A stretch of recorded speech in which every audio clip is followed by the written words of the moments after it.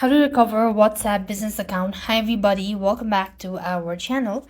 In this video, I'm going to show you the procedure to recover a WhatsApp business account. So the method depends on whether you have been banned, hacked, or simply need to restore data on a new device. If you are recovering a banned account, you just need to open a business account or WhatsApp business. You then need to tap on request a review. Briefly explain why you believe the ban was mistake if applicable. You may need to provide an official photo ID through the Meta Business Support home to verify ownership. You will have to then wait for a response. That means WhatsApp typically review requests within 24 to 48 hours.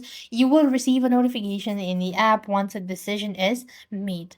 And if you are trying to recover a hacked or compromised account, you just have to make sure to log into WhatsApp with your phone number and enter the 6-digit code sent via an SMS.